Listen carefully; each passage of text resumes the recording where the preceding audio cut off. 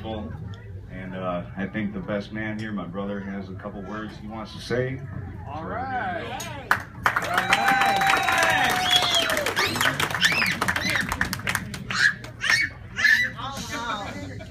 He's not going to make us cry. Hopefully not. Oh,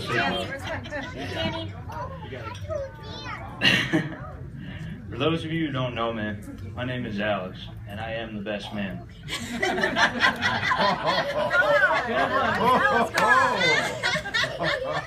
Let me just say that the groom has a splendid set of friends that he could have picked any number of best men. So that's exactly what he did. In order to be up here, I had to go through 5 stages of auditions: boot camp, face the public vote, and record a song with Old Dirty and Ghostface Killah.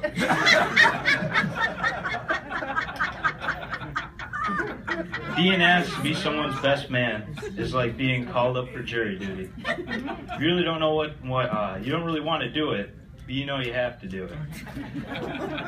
You're made to dress up snappy, pretend to be an upstanding member of the community. The only difference is I don't have a say in the life sentence passed on earlier today.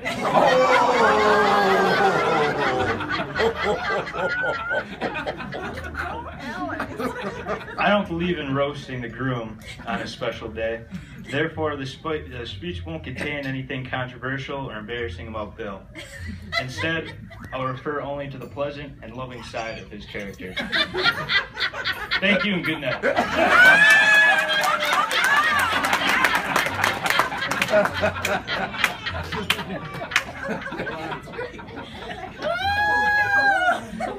On behalf of the beautiful bridesmaids, Angie, Nikki, and Alyssa, it's my pleasant duty to thank Bill for his kind words, and I think we all can agree they look wondrous, stunning, and exquisite. So let's have a round of applause for them.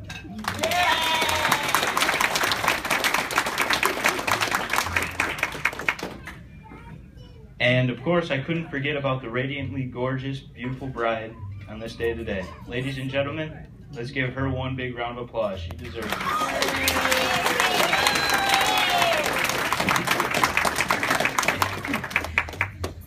I would like to express what an honor it has been to be Bill's best man today. I couldn't think of anyone more charming, handsome, and intelligent to fill this role except me. I remember this one time, Bill, Alyssa, and I were looking at some cows from across an old fence. Into our sightseeing, Bill makes a remark that the fence looks way too old to be electrified. I told him, of course it probably is, but he didn't believe me, and he proceeded to bet me it wasn't. This was a gentleman's bet, of course, but the real question was, how could we prove the fence was electric or not? Well, peeing on it is one way to figure out the answer. And more specifically, Bill peeing on it is one way to figure it out. Let's just say I wish Bill would have quit being a gentleman for 1 second and bet me some real money. $1 bills, yo. Oh my gosh, Alex. Just recently, a bunch of us from the bridal party got together for a bonfire just to hang out and talk about the upcoming wedding. Everything was going very well, we were having a good time, when all of a sudden, a shopping cart came out of nowhere and struck the fence behind Jamie's and Bill's house. Naturally, some of us went over to investigate and really didn't think too much of it. But Bill, on the other hand, was pissed as hell and was determined to catch the people responsible. What's a good way to catch these people, you may ask? Well, arming yourself with your AR-15 and pinball is one way.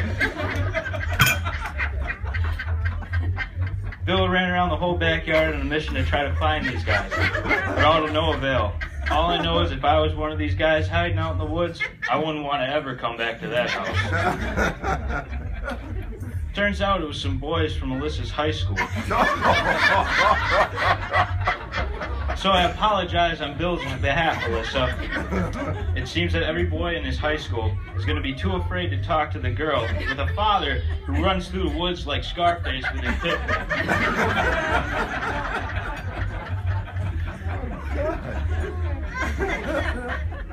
Now, a bit of advice for the newlywed couple. Bill, next time you're feeling like you're going to be late, just have a better excuse, man. How about, I had to wait for the FedEx guy. My Richard Sermon's Sweating to Oldies DVD arrived today. I can loan it to you if you want. Or maybe, I was on time, but then I saw a sign on the road outside of school that said, children slow. So I couldn't rush. Perhaps even the trouble with being punctual is that nobody's there to appreciate it. I can appreciate that. Sometimes it takes a while to get through. And Jamie, if Bill's late, don't believe any BS story you may have to tell. But I digress. Just remember, through thick and thin, you both have each other. Just remember the bond that you both share now. On the darkest of days and the saddest of moments, remember your love is eternal and nothing can shatter its strength and endurance. You will, from this moment forward, be a team that will face countless demons and monsters that will try to rip apart this bond that you've created. But through this bond alone, you will vanquish any and all forces that seek to dissolve this link. I just have a short story to tell.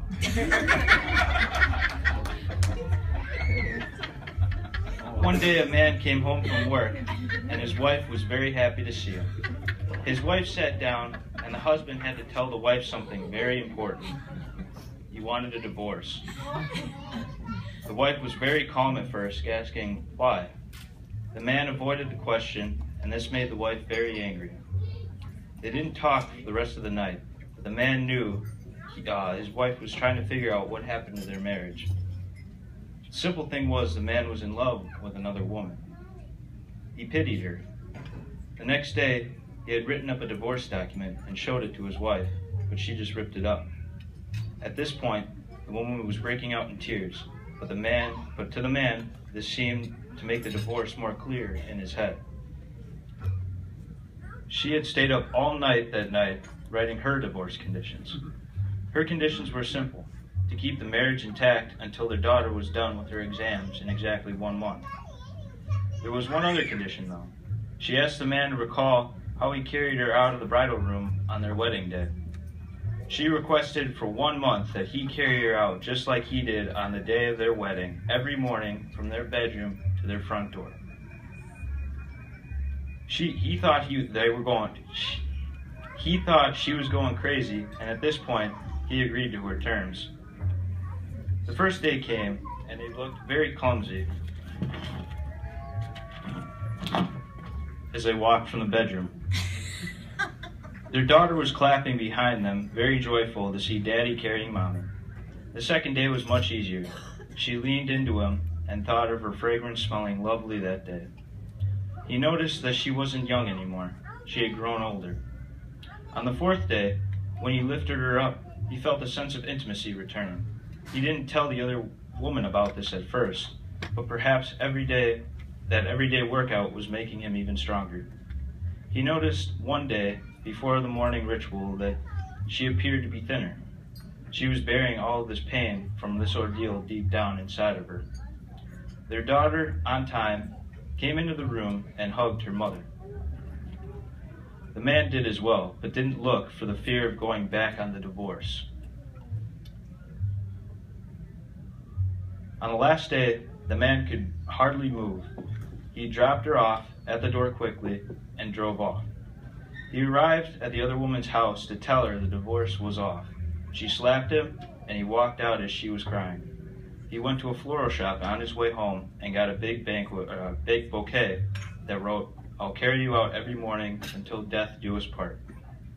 He got home later on that night to tell her the good news and give her the bouquet, but when he opened the bedroom door, he found his wife dead on the bed. His wife had been fighting cancer for years, and the man was so busy with the other woman that he didn't even notice. She knew she would die soon, and she wanted to save the husband from the negative reaction from their daughter in case they pushed through with divorce. At least in the eyes of her daughter, he was a loving husband. The moral of this story is small details in your life are what really matter in a relationship, not the money, house, or car. These may create joyful environments, but they don't create true happiness. So find the time to be in your spouse's friend and do the little things for each other that build that intimacy and have a real happy marriage. I won't keep you any longer because I know Billy is wanting to buy you all a drink at the bar. So if everyone could grab your glasses, stand up, and join me in a toast.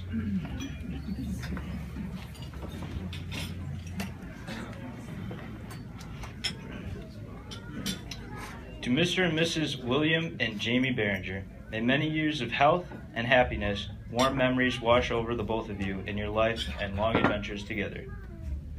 Toast. You're here. Here.